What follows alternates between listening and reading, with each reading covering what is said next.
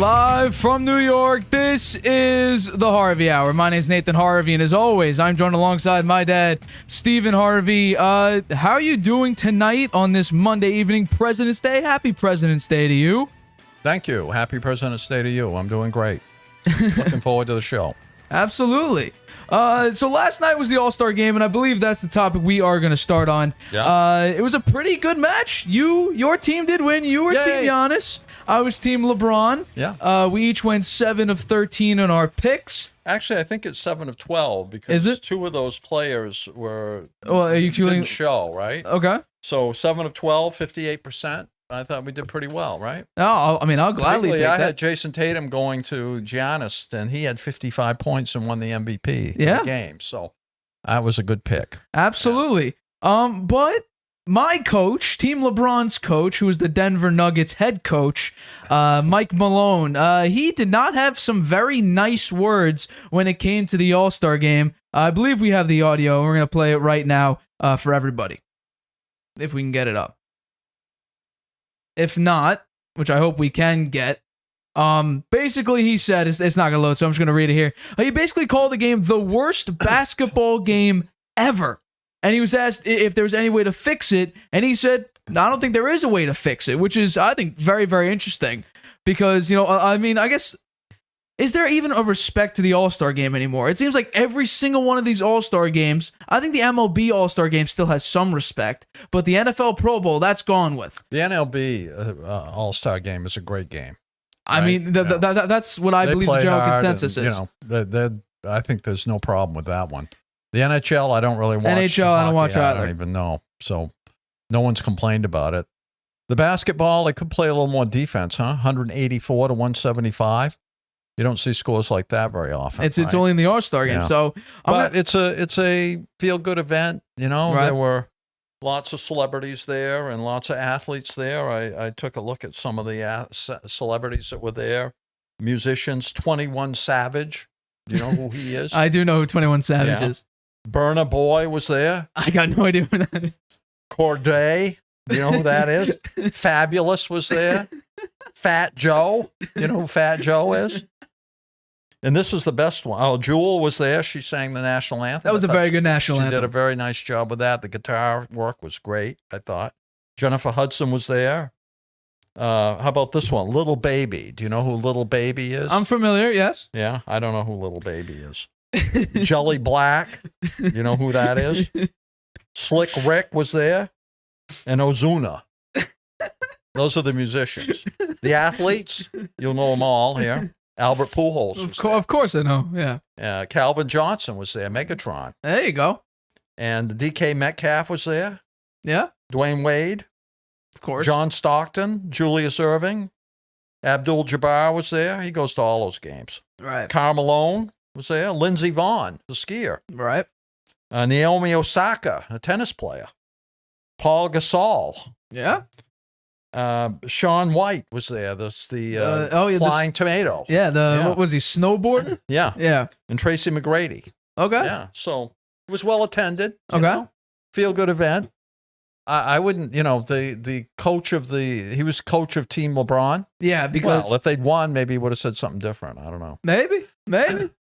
But it was simply just the head coaches of whoever's the number 1 seed. Because Joe Mazzulla, who, congratulations, interim is now knocked off his title. He got a promotion. Yeah. He's now officially the head coach of the Boston Celtics for for him. a few years to come now. Yeah. So looking at some of the stats, right? I looked at Jason Tatum blew everybody away with 55 points. Most points in All-Star game history. Yeah. And Giannis played 20 seconds in the game. Because he has that broken hand or something like that. So I'm kind of surprised his team won, actually, without him out there. I mean, he's a pretty big force in that game, Right. And he's a force in every game he plays in. Donovan Mitchell had 40 points. I mean, that's a lot of points, but he was eclipsed by Jason Tatum with 55. Jason Tatum also had 10 rebounds, 6 assists, a block, a steal, and 4 turnovers. So I had a pretty good stat line there, I would say. No, your team played very, very well. And Donovan Mitchell with 40 points also had 10 assists. So that was pretty good. The next highest scorer was Drew Holiday. I'm sorry, not Drew Holiday. Lillard, right? Damian Lillard. He had 26 points.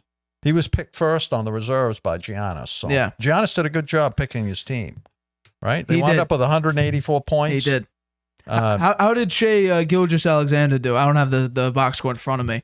He had... Because, I don't... 9 points. Okay, so he didn't play. Yeah, he didn't play. He played 10 minutes. Okay, so, it's not that bad. Yeah, Jason Tatum played the most minutes with 35. Wow. Giannis the least with 20 seconds. Well, he had the injury. Markkanen had 25 minutes. They got the ball to him early though, because he's from the he's Donovan on the Jazz. Mitchell did very well. 30 minutes, 40 points. Right. Yeah. Ja Morant. He had a very cool dunk there, a spinning dunk. Yeah. But he only played 20 minutes. He'll never be in the slam dunk contest. That's what he said. He'll never. Bam Adebayo played 23 minutes, only had 4 points. Hey, okay. DeMar DeRozan, 16 minutes, 8 points. I would have thought he would have more points. Hey. Drew Holiday only played 9 minutes, 3 points. Siakam, he played 15 minutes, 12 points. Sabonis, he only played 11 minutes. He had 6 points. I like him a lot. Yeah. And Alexander, we mentioned 9 points, 10 minutes. On the losing side, just give me the top 3 scores. For the losing team? Yeah, for Team LeBron, not Team the losing. LeBron. Team LeBron. Okay. Some credibility, please. Right. Embiid, he had 32 points. There we go. Okay. Kyrie Irving had 32 points. That was your pickup. Jaylen Brown had 35 points. Those were the top 3. Did you see, it was, I don't know if you saw the Jaylen Brown versus Jason Tatum, and Jaylen Brown had a beautiful step back 3-pointer, drained it right in his face. That was cool to see teammates up against each other. Yeah. But dude, we've seen this from the media. We've seen this from some of the players. They don't like these All-Star games at all whatsoever. So do you think there's any way, I guess we can start with the NBA. Do you like this All-Star game, or do you think because Mike Malone saying it's the worst basketball game ever? Wow. Do you? I thought it was okay. I like seeing that draft. That was kind of cool. The draft was cool. Yes. That was fun. It was like a playground draft. Yeah. It was kind of cool. I liked it. I still think it was They didn't stupid. diss anybody. They didn't diss anybody. They picked the reserves first and then the I starters. still think that's so stupid. Because what are they, little kids that care? Oh, I got picked last? Like, come on. They're grown adults here. They're grown adults. These guys have egos, so it's important not to diss them. I got a problem with the All-Star game.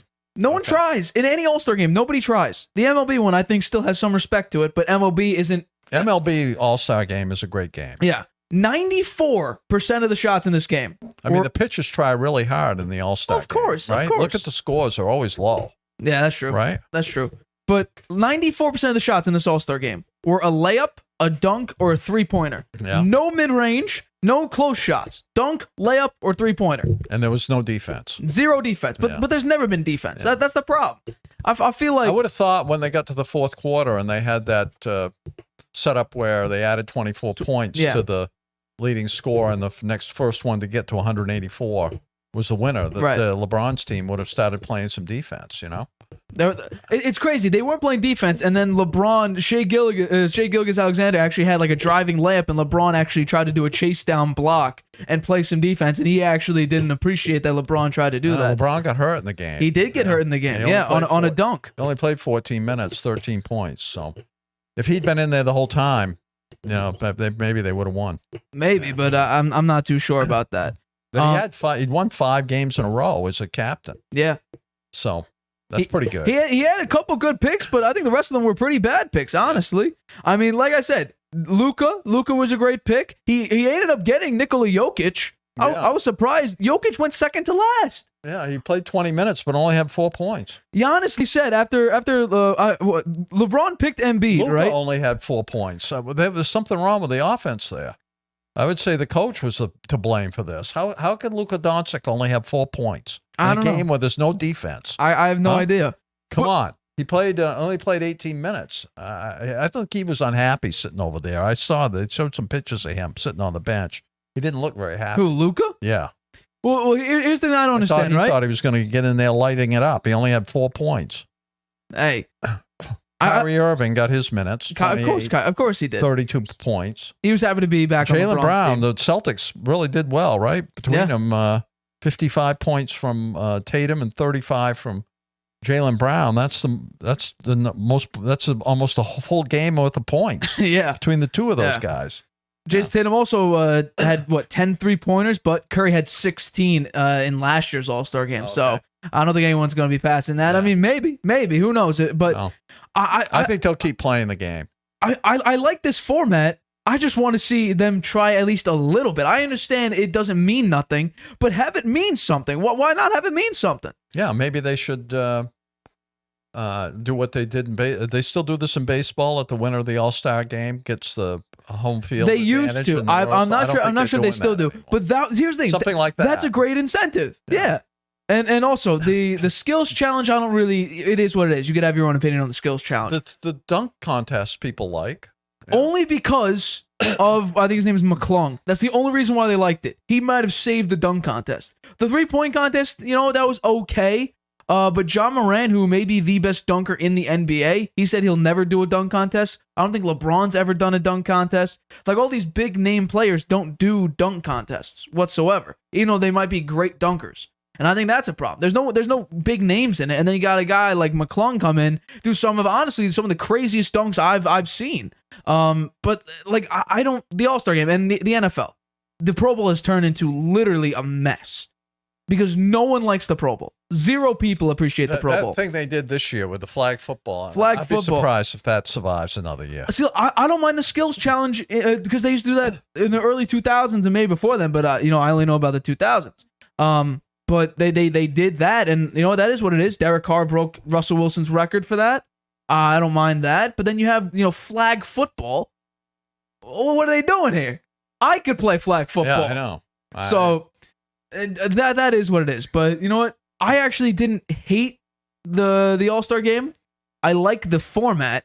I just want to see him try a little bit. Yeah. Just you don't need to go full out all on defense, but play a little defense. Show some representation of your conference. In the fourth quarter, play some defense, right? Yeah. Keep the game close. Play defense in the fourth quarter, It can make it exciting at the end. If I'm not mistaken, the fourth quarter was untimed and commercial-less, if I'm not mistaken with that. I don't think there was a single commercial in the fourth quarter. Oh, yeah? They just want, because there's no time.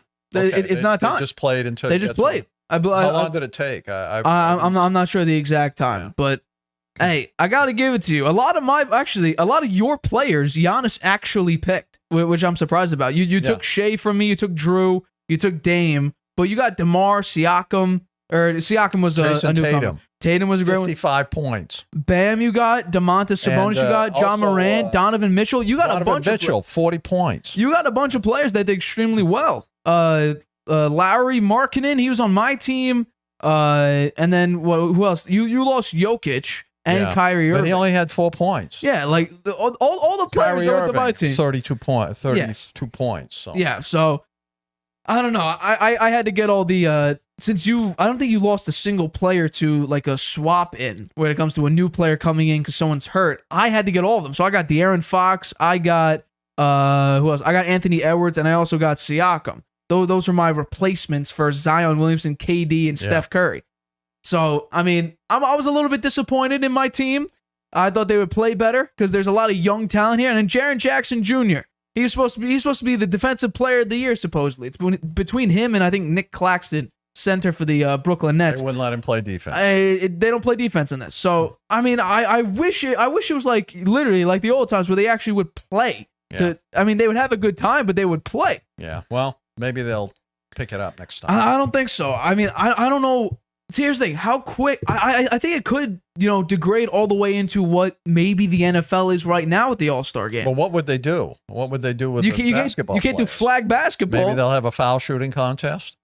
Have a different skills challenge. I mean, the 3-point challenge is a good thing. That's always a good thing. And the dunk contest is good, too. But it's been so bad over the course of the past few years. They used to have a... rookie and sophomore player. Yes. Did they have that? Yeah, the Rising Stars. Yeah, they have that. I don't hear much about the Rising Stars this year. What happened? So, I mean, I'm a little bit disappointed, but you know what? Like you said, it's supposed to be, a feel-good event. You come in, you have a good time. I think it was well executed on the production level. You had Post Malone and 21 Savage performing. I enjoyed hearing them. You have no idea who they are. But, no, I mean, it's all right. I mean, I think Mike Malone's a little bit sour on this, saying it's the worst basketball game ever. Come on. If you're comparing it to like legitimate competition like the playoffs or any good regular season game, yeah, it's going to be worse than that. But, I mean, to say it's the worst basketball game ever, I don't think so. I think it's pushing it just a little bit. Yeah, but, I mean, you do get to see the best players in the game. You do.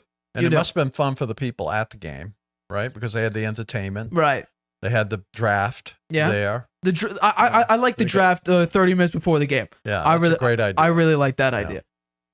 So, I mean, can this be fixed if people think it needs to be fixed? Yeah. I'm not sure because the NFL, there's different levels of football, right? You have like the pro level tackle football. They have two-hand touch. Then you have flag football, stuff like that. The NBA, you got basketball and harder basketball. You can't really degrade it into a flag football type of a game. Maybe they should play 5 shorter quarters. I had a great idea. Best 2 out of 3, and maybe that would get them to play some defense they should at the end of each quarter. I know they should have like a mini game thing, like knockout. You play knockout.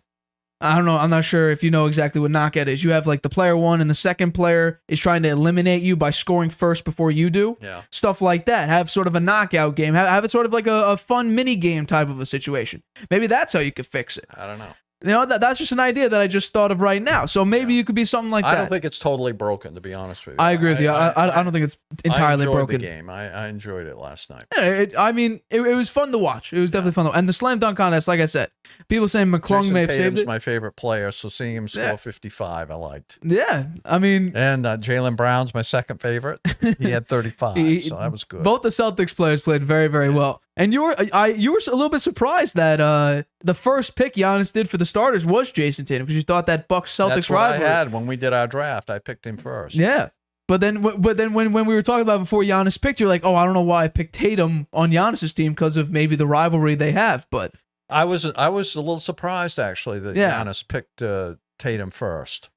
But I mean, especially after the Embiid pick. Giannis literally said, "You pick Embiid. I need size, but I'm gonna go with Jason Tatum." Yeah. Like I don't get how that Plus, works. particularly knowing that with Giannis knowing that he probably wasn't going to play much, right, because of his hand. Right. So they weren't gonna have the size anyway. Yeah. Because Giannis is gonna be gone. Yeah. So I mean, I don't know, but 94% of the shots were a dunk, layup, or a 3-pointer. Yeah. No mid range. But hey, if it's only 3-pointers, I think they shot over 100 threes last All-Star game. It gets boring. Because, like, oh, he's going to hurl up a 3. And then also, you had Damian Lillard shoot the easiest half-court shot, it seems, I've ever seen. He just hurled it up there, swish, and no one cares about it because that's what it is. But, worst basketball game ever? I think that's pushing it. Me too. Just a little bit. Yeah. All right, let's get into our next topic. This was talked about last week. I believe it was on Friday that it came out. Justin Fields, I believe, was in a podcast or an interview where he talked about how he doesn't like to play in the cold. And this is what he had to say. It's very difficult to adjust to it, especially with the wind. It could be cold, it could be 10 degrees, but with no wind, you're fine. But with 15-mile-an-hour wind, that 20-mile-an-hour wind, you can't fight it. It's tough. When it's that cold, you have to bundle up. I feel way slower in the cold. It's tough. It's hard to stay warm in that weather. And he says, I hope we get a dome. I don't care if we're at Soldier Field. I don't care if we're at Arlington Heights. I hope we get a dome. Well, I don't think that's going to happen. You're in Chicago. Literally nicknamed the Windy City. That's right. So I want to ask you, do you have any issue with Fields saying that he wants to play indoors in a city like Chicago? I guess I don't have an issue with it, but it makes him come across as maybe a little soft. Maybe, yeah. You know? I mean, Chicago is known for the lousy weather, the high winds, cold weather, and they don't get too far into the season when it starts getting cold in Chicago, right? Right. And actually, I would say the windy game favors his game, right? Because he's a running quarterback. Right. He's really good on the running game part of it. So if the other team can't pass the ball because the wind's blowing hard, that's an advantage for Justin Fields. I would think he would look at it that way. Right. No, and I agree with you because some of the great quarterbacks, they adapt to that weather. They use the cold as an advantage. Because Brady said when he plays in the cold and in the snow, everything slows down for him. So he could actually pick apart the pieces much easier because everyone is very cold. They don't want to move very fast because they're so cold. Brady's the greatest cold weather quarterback ever. Yeah, I would agree with that. But Justin Fields, he's from South Georgia, so it's a significantly warmer climate. Yeah. And that's what people are saying with Derek Carr to New York, maybe. He doesn't play well in cold weather. And you know what? I think this is bad because Justin Fields essentially said, I don't want to be here. Yeah, I know. That's another point, right? And here's the thing. There's trade rumors about the Bears trading away the number 1 pick and drafting a quarterback. Not trading away the pick. Using the pick for Bryce Young or another quarterback. Oh, yeah? So if Justin Fields is saying this, I don't like what Justin Fields said. Because he wants to be traded. Maybe because he doesn't like the wind. He doesn't like the cold and the wind. Well, I mean, use it to your advantage. Man, you're a football player. He's a mobile quarterback. That's literally to his advantage. You got to face those elements. I mean, think about it. You have Lamar Jackson in Baltimore. Baltimore's not a very, warm state to be in the NFL. I don't believe it's as windy as Chicago, and that's what Justin Fields is really saying is his problem. But they're both very, very mobile quarterbacks. Use your legs. I mean, think about it. In the Buffalo Bills-Patriots game, it was like, 35-mile-an-hour winds? They ran the football, and the Patriots ran the football. The Bills tried to throw the football. Yeah, the Patriots threw 3 passes the whole game. Yeah. So you're a running quarterback, and let's be honest. There's a reason why the Bears have the most cap space. I believe it's like, $55-60 million in cap space? You got nobody. Run the football with the players that you have. You're a great running asset. Your running backs, you got what I believe is Khalil Herbert. You have David Montgomery. Those are, B- to C+ running backs. You got to make do with what you got. If you're saying you don't want to throw in the wind, don't throw in the wind. Run in the wind. Well, maybe they should try to trade Justin Fields. I don't like that because I think Justin Fields got talent. That's the problem I got. He's got talent. Yeah, but if they draft one of those other quarterbacks, they're right up there in the draft, right? What's their pick? They must be in the top 5. The Bears? Yeah. They're number 1. They're number 1. Number 1. Okay, well. Remember, because the Texans won. They should take a quarterback. You really think they should get rid of Justin Fields? I'm not saying get rid of him, but, they could draft what could be a very good quarterback, right? Ooh. I'm not sure. I'm not sure that. Then see how it goes in training camp. Maybe they trade Justin Fields. I don't know. Ooh, that's. I don't, Who else would they draft? Who else would you have them you draft? got Bryce Young, who I believe is like 6 feet, so he's a small quarterback like Justin Fields. Then you got Will Levis from Kentucky. He's like 6'4", 220, 230. Okay, but if they didn't draft a quarterback, who do you think they should draft? I believe the option is a edge rusher. I think the edge rusher from Georgia.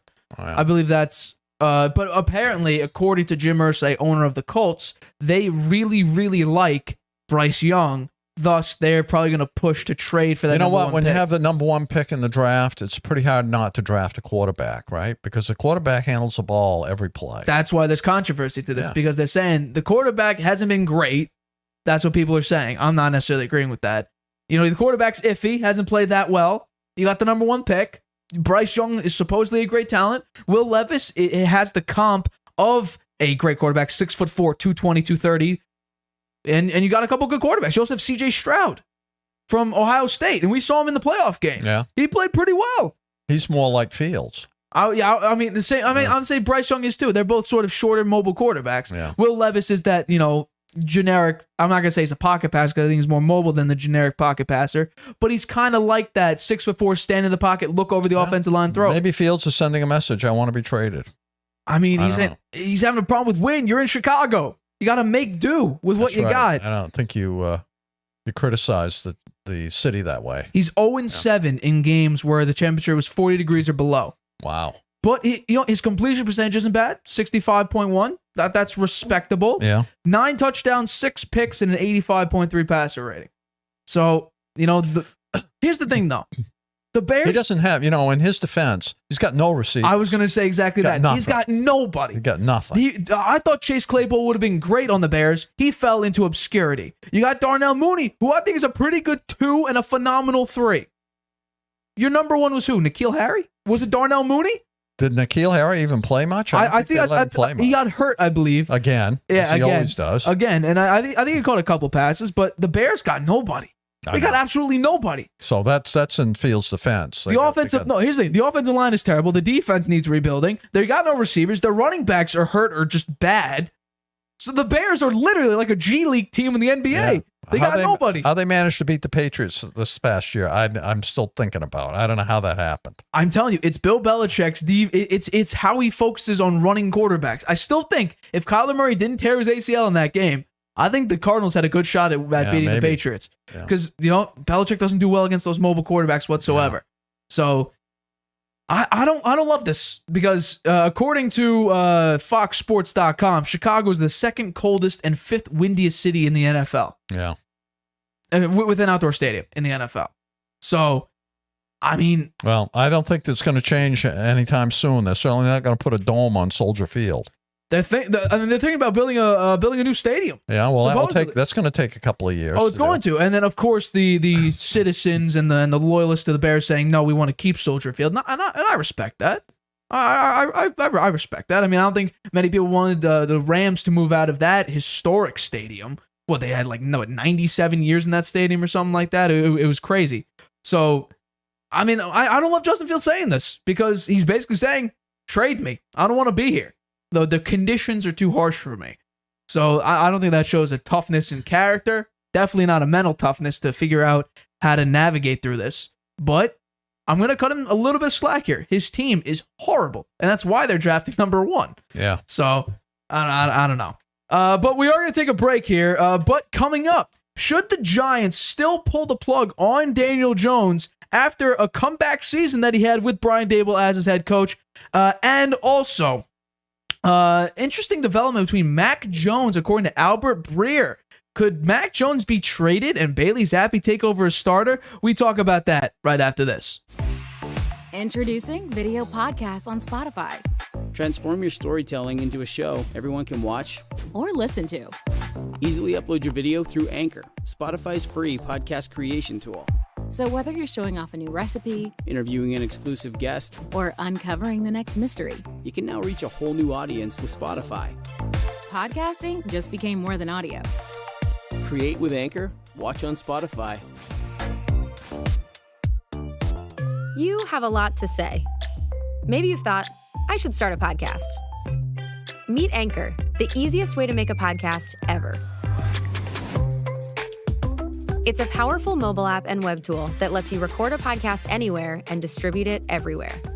It's great whether you're a seasoned pro or just starting out. And it's 100% free. You can record your show straight into Anchor on your phone, iPad, or the web, using any mic you want. Record alone or with friends or co-hosts anywhere in the world. You can add background music and transitions, and your listeners can send you voice messages that you can incorporate right into your next episode. If you want to produce your show using another app, you can upload your own audio directly from web or mobile and still take advantage of Anchor's totally free podcast hosting. Once your podcast is ready to publish, Anchor can automatically distribute it to every major podcast platform. That includes Apple Podcasts, Google Podcasts, and Spotify, so your listeners can hear your show wherever they want. And on the web, you can see detailed analytics about how people are listening. Plus, you'll get a great-looking profile page where anyone can listen to your podcast or subscribe to it. And if you want to ask your audience to support your work, Anchor makes it easy to collect monthly payments from the people who love your podcast and want to see it grow. You really don't need a recording studio, expensive equipment, or a bunch of technical knowledge to deal with a podcast feed. Just get started and join the diverse community of podcasters already on Anchor. We can't wait to hear your podcast. Welcome back to the Harvey Hour. My name's Nathan Harvey, and as always, I'm drawn alongside my dad, Stephen Harvey. Let's get into our next topic. We're talking about the New York Football Giants because there were some reports that came out today, and they've been developing over time, between the contracts of Daniel Jones, who the Giants denied his fifth-year option, and Saquon Barkley going into this was a contract year, and he could be a free agent in the offseason, this upcoming offseason. So Daniel Jones has replaced his agent. He got a brand new agent, and his value was reportedly, he said he's going for about $35-40 million. His new agent comes out, and now the report is at least $45 million. And here's the crazy part. I remember on this show, I laughed about it because I couldn't believe it. I said, Daniel Jones is about to make $40 million. Well, guess what? I'm $5 million off. It's $45 million or more. You're probably right at 40. They're probably not going to give him 45. Or more. That's the crazy part. It's a base of $45 million. I don't think he's going to get... and Saquon, here's the thing with Saquon. He has an injury history. He's looking at CMC. He said he didn't want to break the bank on this. He didn't want to set any markets. He's going for CMC type money, $16 million a year for a guy who's injury prone. So I'm going to ask you, do you think the Giants will re-sign both Daniel Jones and Saquon Barkley? Yes. Really? Whoa. Yeah, I do. I think they'll re-sign both of them. Well, what do you think they're going to get then? I mean, they got to, in a way. They're the whole offense for the most part. Look at Daniel Jones' stats. He had 3,200 yards passing. Yeah. He was 317 for 472 for 67.2% completion rate. That's great. To a group of receivers that aren't that great. I agree with that. 6.8 yards per pass average. 15 TDs, only 5 interceptions. That's the longest pass was 65 yards, and his quarterback rating was 92.5. Not bad. And he had over 700 yards rushing. He had 7 touchdowns. And unfortunately, 3 fumbles. But that's a lot less than he'd had in past years. He had a great year. He did. Really. And a very surprising year, right? He outperformed what they thought he was going to do. 10 times over. They would have been happy with a performance somewhat less than that. And he outperformed what they thought he was going to be able to do. Absolutely. And he knew he was playing for a contract. Oh, absolutely. 1,000%. He's fired up for that. So I think they'll find a way to get a deal done with him. Okay, what about Saquon Barkley? Yeah, I think they'll find a way to get it done with him too. He was pretty durable this year. Yep. Right? Yep. He had 295 attempts, 1,300 yards rushing, 4.4 average, 10 TDs, and a 68-yard run. He had 57 receptions for 338 yards, a 5.9 average. I mean, those two guys are the offense. Yeah. I think the Giants need to go out and find another wide receiver. I think that would be... I could agree with that, yeah. Maybe they go for... who's the guy from the Cardinals? DeAndre Hopkins. DeAndre Hopkins out there. Get somebody like him. Jacoby Myers is on the market too. You got to remember that. The He's got to go Patriots back gave to him the up. Patriots. I hope. He's asking for a decent amount. We're going to talk about that in our next topic. But So I think that the Giants will find a way to make a deal with both these guys. And they rightfully can. so. And If they rightfully can. so, because they did make the playoffs. Nobody thought that was going to happen. Okay. And both these guys had very good seasons, 1,300 yards rushing. That's a lot. Plus another 338 passing receiving. So, both guys had great years. Okay. But I do have to ask you, And I though. got to believe both of them want to come back. Oh, right? of course. Because they want to play with Brian Daboll. He's really done a great job there for the Giants. Whether he can repeat it next year or not remains to be seen, right? That is the big question mark. If But he can you know do what? that, then the Giants are back on track. They're not back on top because Not back on top. They got but a lot they're of back work. on track. Yeah. Here's the thing: the Giants are very fortunate because as of right now, according to Spot Rack, they have the fourth most cap space at $43 million, behind the Raiders, Falcons, and Bears. Bears, like I said, oh, by the way, I got the Bears cap space wrong. According to this, they have $97 million in cap space. So they have probably even less talent, and they're paying even fewer players than we thought they were. So I'm going to ask you this before I jump on this. If they focus on a big name talent, regardless if it's on offense or defense, who would you rather them sign, Daniel Jones or Saquon Barkley? If they had to choose between one of them, Jones. you would choose Daniel Jones. Yeah, he handles the ball on every play. Okay. Okay. He's a quarterback. Interesting. Yeah. So I'm going to say they're going to figure it out. I'm going to agree with you Okay. because I feel like if everything goes wrong, right? And by the way, $45 million for, my eye test, right? Because people hate on me for, grilling on stats. So I'm not even going to mention stats. I'm going to focus on the body of work that I see. I would make Daniel, basically, I think Daniel Jones is a faster, very much more athletic Jimmy Garoppolo. I see that comparison. He's not his winner. He's not the winner that because- Garoppolo has been, but he hasn't had any decent coaches and he hasn't had any and players talent. around him. Yes. But the way Daniel Jones operates in the pocket is very Jimmy Garoppolo-like. He doesn't throw the ball deep because maybe he can't, or maybe that's how maybe Brian Daboll schemed the offense around short passing just to get it out because the offensive line isn't up to par. He did have a 68-yard. He had a 68, but we don't know. 65 yards. Well, we don't know if that was 65 yards in the air, 45 yards I saw yards him at the have catch. some decent long passes. He did have a couple decent yards, but so is Jimmy Garoppolo. And he's pretty accurate with his passing. Like Jimmy Garoppolo Yeah. in the regular. And now I'm not talking about playoffs here. Talking about regular season. Yeah, they didn't. Neither one of them did that great in the playoffs. No, but Daniel Jones did in the first game. yes, The first playoff game, he had a great game. that was a phenomenal game. But he couldn't do much in the second game against the Eagles. But also, we have to have context. Vikings at that time had the 31st ranked defense. I'm going to say that. I'm not. That's not necessarily taking stuff away from him because you know what? He was fed something, the 31st ranked defense, and he ate all of it up. So that's respect to Daniel Jones. He did what he had to do. Yep. But the way I look at the way I look at Daniel Jones, right? And maybe Jimmy Garoppolo is a worse thrower because of the talent comparison between Daniel Jones and Jimmy G.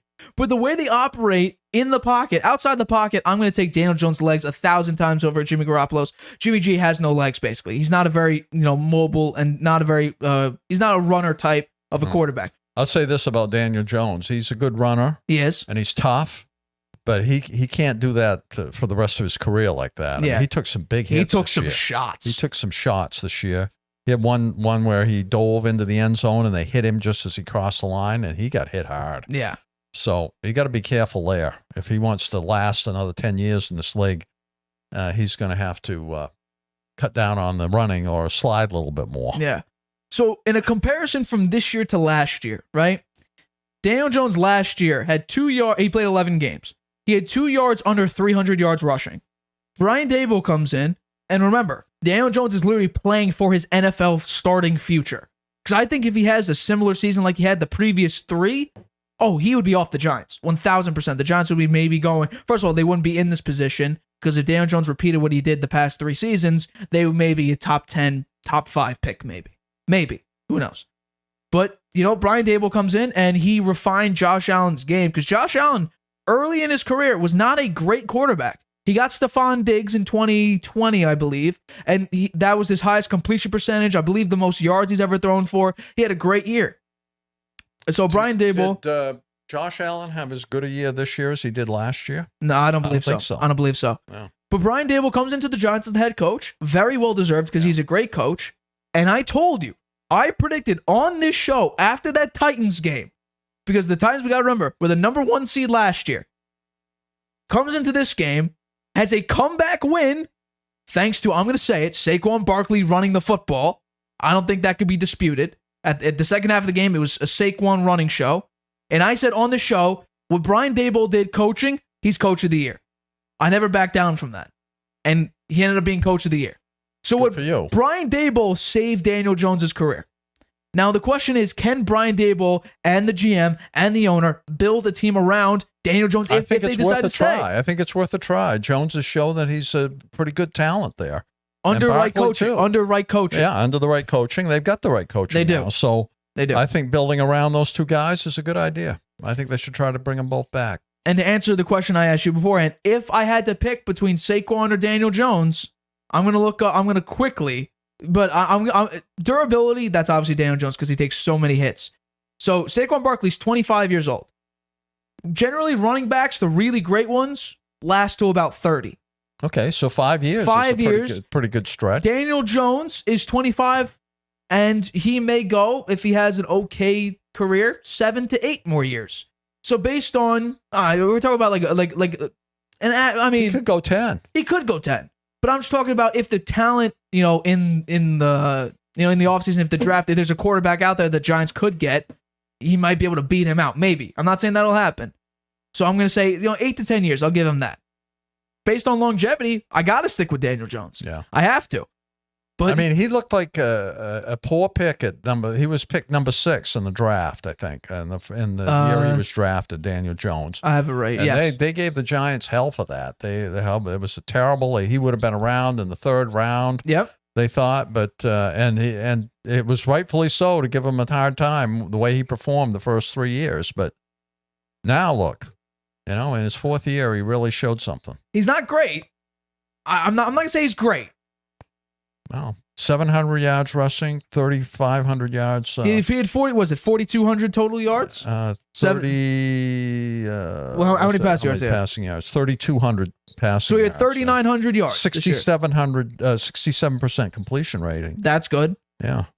I mean, with his rushing yards, he had almost 4,000 yards. And he had 22 total touchdowns and 8 turnovers. Yeah. So he played compared to his previous 3 years. I mean, he played great. Up there pretty high in the top 15 quarterbacks. I was looking at a few top 10 lists because I got into a big argument over top 10 lists, and me and my friends had a little discussion because they thought a top 10 list was career based and not just this past season. So we got into a dispute then.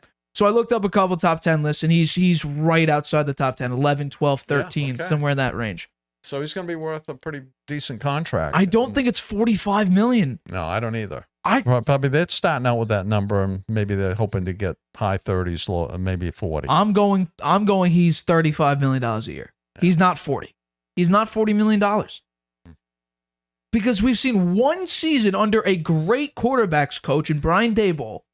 He comes in, does that to Daniel Jones. I mean, there's some other teams that would probably give him a hard look, right? The Saints. The Saints. The Jets. Falcons. The Jets wouldn't get him. The Saints. The Jets might give it a try. No. The Colts. No. Colts good. And I mean, he's a free agent. You have to give up nothing if you really want him that badly. The Panthers. They might go for C.J. Stroud. I see that in a lot of mocks. Well, he's a rookie. He's going to be a rookie. Yeah, but you know what? I'm going to agree with you. Tampa Bay. They need a quarterback. Yeah, they do. But there's a lot of teams out there. But here's the problem, I would say though. the Giants would be wise to lock him up if they can, as soon as they can, because he's got the upper hand. Yeah. He definitely has the upper hand. And well, here's the thing: you don't hear anyone talking about Daniel Jones to another team. You hear Lamar Jackson to another team. You hear all these other quarterbacks that are on expiring deals going to a different team. But you know what? I sort of flipped. I was thinking about this today, writing out this topic. I was like, is Daniel Jones really worth it? And we're talking about, here's the thing with Tampa Bay. They can't afford $40 million a year. They can't. Right now, And they need to do, you talk about wizardry. They need to do some severe wizardry. They right now have the worst cap space in the NFL. It was the Saints. It's now the Buccaneers at minus $55 million. So they would need to go for such a low budget, or they would have to play Kyle Trask. Oh, they have to restructure or let some people go. They do. And they got some big names leaving, a lot of starters on defense. Yeah. The Bucs are going to need to restart. A lot of these teams are going to need to restart. The Rams may need to restart. The Packers, I think The they need Bucs to. have got to go out and find a quarterback. All they have is Trask. That's it. And then he may not even be that good. Yeah. I think, I'm going to make a little bit of a prediction. We're going to do our QB or not to be when it comes to when I believe, I don't know when the offseason officially starts, March 15th, I want to say, something like that. We're going to do our QB or not to be volume 2. I'm going to give a little prediction right now. Baker Mayfield to the Tampa Bay Buccaneers. I'm writing it in stone here. I said it last week. Wow. I'm going with it again. He's cheap. Yeah. He's hungry. Yeah. He's got talent. And they have some good receivers. They got a good offensive line as well. Yeah. And their running game needs work, and that's how Baker Mayfield operates under a pretty good running game. Like he had Nick Chubb and Kareem Hunt, and even Cam Akers, who ran pretty well for him when he had his very, very short stint with the Rams. I do think the Rams could re-sign him, though, because Matt Stafford, he may be injury-prone. Yeah. And they might need a backup quarterback. But you know what? Daniel Jones and Saquon Barkley, I don't know how much damage they can do. I think they can. I'm not saying they're going to win the NFC East anytime soon. I think the Cowboys' defense is too good for the overall. The Eagles. Eagles just made it to the Super Bowl. I know. So who knows? But the defense may have. The been Eagles are going to be hungry, and next year, man, they probably feel like they got robbed a little bit in that Super Bowl. But they lost a lot of pieces. They lost their OC, DC. I believe they also lost their QB coach. They lost a bunch of coaches this year. So we're going to see just how good the Eagles could come back. And you know what? Maybe they won't even make the playoffs because it's somewhere like that. I think they'll make the It's playoffs. weird like that because, take a look at last year. Now, albeit Matt Stafford got injured and Cooper Kupp got injured. Most of their players are coming back. I understand that, but think about it. The Rams just had that, and we don't know with injuries. The Rams won the Super Bowl, and then they ended up missing it because a bunch of people got hurt. So, I don't know. It's going to be interesting Sean to see. McVay's coming back, right? Yeah, he's coming back. So is Aaron Donald. Aaron Donald announced he's coming back All as right. well. That's good. After last season, he literally said he wrote his retirement letter and was about to give it in, but held on to it for a little while. He plays that season and says, I'm coming back for another year. So that's going to be interesting. But let's move on to our next topic because, like I hinted beforehand, more Patriots drama. Albert Breer.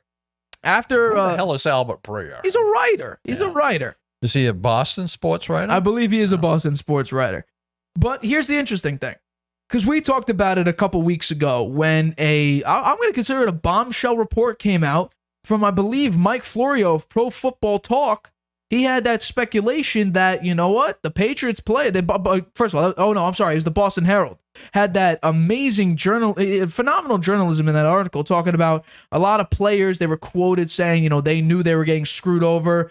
They were very disappointed in the coaching. They hated for what Bill Belichick did with Mac Jones and that Bailey Zappi situation. And now, you know what? Mike Florio's saying that, after the season ended, Patriots coach Bill Belichick was asked whether Jones will be the team's starter in 2023. And you said it too when you listened to that interview where Belichick, he didn't really answer the question. He just said he's a good. What he said? He's capable of playing in the NFL. Yes. Jones has proved he could play in the league. Proved he could play in the league. Yeah. So he didn't answer. Yeah, he'll be our starter, and that fueled speculation. And Albert Breer goes on and says that it's interesting because he said, Josh McDaniels, who Mac Jones liked I guess you can't say last year, 2 seasons ago. He was the OC, and Mac Jones played great under Josh McDaniels. He's now the head coach of the Raiders. The Raiders need a quarterback. That could be something going on. A Mac Jones trade to the Raiders, and that's what fueled some speculation. And Breer said, I think they would listen to trades for Mac Jones if they did come. He says, internally, I don't know if they see a massive gap between Mac Jones and Bailey Zappi. I'm not saying they think Bailey's as good as Mac, but there was some element of Bailey doing what he was coached to do last year that I think gave Bailey the edge to some degree for a little while. That's the problem there. with Mac Jones with the Patriots coaching staff. He dissed them openly on the field and behind the scenes, and that's just not the way Belichick operates. He doesn't like that. Well, I'm going to ask you the topic question. Do you think the Patriots should trade Mac Jones, which I guess would ultimately mean Bailey Zappi's the starter in 2023? I think they could listen to offers for him. Why not? anybody really is open to being traded if or available for trade if the price is right and the players you can get back help your team. So yeah, they might listen to a trade offer. I mean, if the Raiders called them up and they wanted Mac Jones, then maybe they would get Devontae Adams. Oh. Devontae Adams is trying to get Aaron Rodgers to the Raiders, Yeah. so I don't know if that'll work out. that Maybe well, the but Patriots look to trade Mac Jones and try to get Aaron Rodgers. you would need more than just Mac Jones to get Aaron Rodgers. And besides, I don't think that works. They got Jordan Love they want to try out. No, I would say trade Mac Jones to somebody else and then try to sign to get more draft capital to maybe. I don't know. I just think that Bill Belichick has high regard for Aaron Rodgers. Yeah, he also mentioned how like And maybe it that wasn't gives Brady as maybe his attitude. Aaron Rodgers has a year, maybe 2 left, and then Zappy can watch him, and maybe then he could step up and be the starter. I don't know. I'd be surprised. I'd be surprised if any of this happens. I think that they probably will find a way to work with Mac Jones, give him a chance under the new OC, Bill O'Brien. Hey, Bill O'Brien and AJ I wonder McCarron. what Bill O'Brien thinks. I mean, that's important too. Bill right? O'Brien, Brady and the rest of them, they called him a teapot. He got hot very, very quickly when he was the coach there. They call him a teapot. Huh? Teapot, yeah. So I don't like this whatsoever because I said it from literally the beginning of the the beginning of training camp last year before the season started. I literally said this is a runaway train because there were reports all training camp. The running game sucks. They're getting stuffed at the line. Mac Jones would because you can't sack the quarterback. A would-be sack, interceptions. Apparently, I read somewhere. Darius Slay and some of the players who were on the Lions when Matt Patricia was the head coach for the Lions. They hate Matt Patricia. Yeah, they said that he thought he was a know-it-all. He tried to overcoach them. He thought he was the guy. They have zero respect for Matt Patricia. And you know what? Him and Joe Judge, there are reports that Patricia, he saw the receivers running and he told them to, hurry it up. You're not putting any effort in. Thinking he's the guy. I don't think, first of all, I haven't heard what Patricia's new status is. He's for out. coach. He's out for any really big responsibility now. And Joe Judge, who was the quarterback's I coach. think they should put him on the special teams. They need help with the special teams coaching, right? Yeah. He gave up 2 TDs, kickoff returns for TDs in one game. That's horrible. Which that was literally the difference in the Buffalo, score. Yeah, that was the difference in the score. 14 points. The Patriots, if it was the same score at that point, they would have won by 2. Crazy. So I'm gonna look up the coaching staff because I don't know if this is going to be.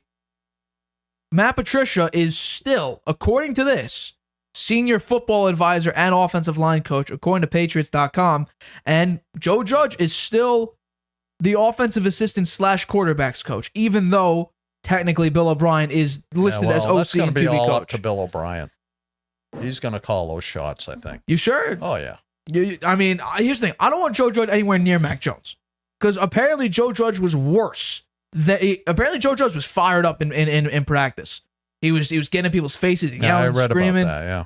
And then Matt Patricia. Here's the thing: players don't respect either of those coaches. And then you got the coaches. You got the players defending Mac because of they knew their situation was sort of screwed with before the season started. So I don't know how the players would react if if the rumors were out that they're seriously considering trading Mac Jones. Because think about it, right? You're defending a guy you literally said the coaches screwed us over. And Jacoby Myers, who I think they should sign. He's a free agent right now, or he's about to be a free agent. He's probably gonna. I've seen the market value. He's between $12 and $16 million. Yeah. With a lot of predictors saying that he's about $15-16 million. That's the real number I per think year. he's worth that. I agree with you. He's probably worth that. So Jacoby Myers comes in and says, I respect Mac because the fans were screaming Bailey Zappi throughout most of the year. Because of here's the thing, he played okay, and there was literally I saw a breakdown on I forget which website, but it was obviously a very notable website. They literally broke down the play calling and the percentage of plays called compared to Bailey Zappi's playbook and Mac Jones's playbook. And here's the thing, I love, and I think you would at least respect the way Mac Jones played in his rookie year. Am I wrong with saying that? No, he played well. Bailey Zappi. Well. He had a few spots there later in the season where he played lousy, but overall he played well. Bailey Zappi's playbook was, and I'm not going to say identical, but almost mirroring what Mac Jones' rookie year playbook was like. So Mac Jones coming in under Matt Patricia, who the defensive coordinator of the Cardinals even said the offense is like a defensive coordinator calling plays for this team. So, and apparently Bill Belichick, I saw a report recently, Belichick was also involved in offensive play calling. And that was maybe why some of the plays were getting in late. Because Matt Patricia might have said one thing, and Belichick says, no, we're going to go with this play instead. Yeah. So, I think they recognized they made a mistake there. Yeah. They brought in an OC who was a quality guy. He's been a head coach, been an OC. Yeah. And he might be a teapot. I don't know. But I think things will be improved a lot. And I don't see why Mac Jones would have any gripe with what they've done now. They're bringing in somebody that he actually knows. He helped get Bill O'Brien acclimated to Alabama. Yeah. So here's the thing. Many people would probably agree after seeing this season that you shouldn't blame Trevor Lawrence for his rookie year. It was Urban Meyer, a bad offense, and everything like that. Doug Peterson, a Super Bowl winning head coach, outcoached Bill Belichick in Super Bowl 52, Eagles Patriots, comes in. They spend a ton of money on receivers. That Christian Kirk was it? No, it was a free agency signing where he got an exorbitant amount of money for whatever reason, and look at him now. He played well. Played a playoff game and had a couple opportunities to beat Patrick Mahomes in the divisional game. Yeah. So if Mac Jones comes in under a stable offensive play caller like Bill O'Brien, who was a part of one of Brady's most efficient seasons that he's ever played on the offense. I think the last 8 or 9 games of that 2011 season, they scored 30 points or more in each of those games. You bring him in here. If we see what we saw in his rookie year, I think we deserve to, do like we did with Trevor Lawrence. Take it, crumple it up, and throw it away as a throwaway year. Yeah. The Patriots were a mess. I know mess and Patriots don't really coincide because of the stability that we had for 20 seasons with Tom Brady. But Cam Newton comes in, he start off great. I will say the Patriots did win 8 games, right? And they had the chance to win 3 others where mistakes by the players cost them the game. The Raiders game, the Vikings game, and the Bills. That's right. Yeah. So maybe they had a chance to win 11 games. I'm going to give you that. They did. And here's something. Apparently, I'm very active on Twitter, listening to sports shows and stuff like that, sports takes.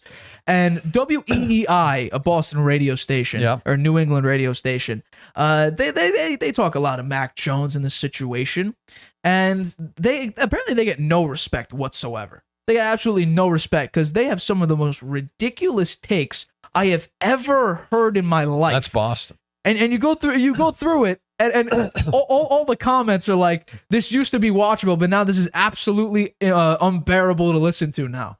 And so I don't know why I'm hating on them so right now, but I thought of that just now that they were doing a lot of Mac Jones takes, and you talk about absurd takes. These are some of the worst takes I've ever heard in my life. So. Yeah.